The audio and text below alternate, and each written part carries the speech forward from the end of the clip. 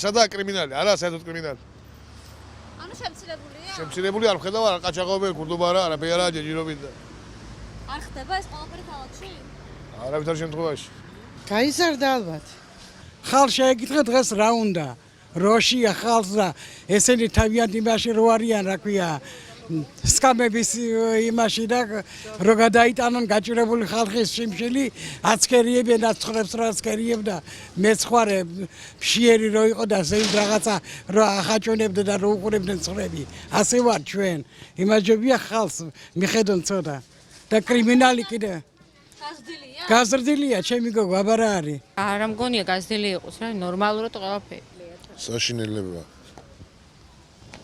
მე როგორ გითხრა, საშინელება. ყველგან, მარტო პოჭი კი არა, მთელ საქართველოში.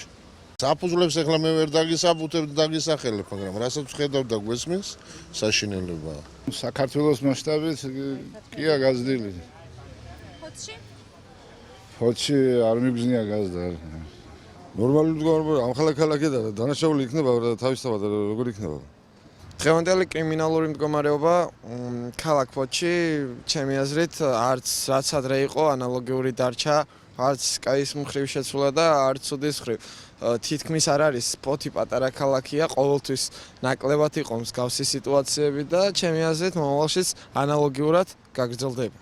არა, ისევ ისეა, მე მგონი პოლიცია კარგად მუშაობს. გაზრდილი კი არა, უკანონობა, უსამართლობა და ის მილიცია დასაწვა ის მერიადან ერთად საწყოსაკიდებელია გაჭირებული ახალგაზრდა მოყიანებული დადია კაცო. რაფერი არ იქნება. რაფერი შენ გაკ პატრონი დღეს რაღაცა ჭამე, რომ კუჭია და საჭმე ყველას უნდა. მოდის შიერი ბაღანა დაავლო, ბუქსხელი გეიქცა, მომკარდა ამდა შემჭამა კაცო. რატო იყო შუ ომიანობის დროზე დასახრეთ ადამიანს ჯერ გააძღებდნენ და მერე ხრიტავდნენ. ამიტომ არა ხალხს მოშიებულია. იძახე რამდენი და ილაპარაკე.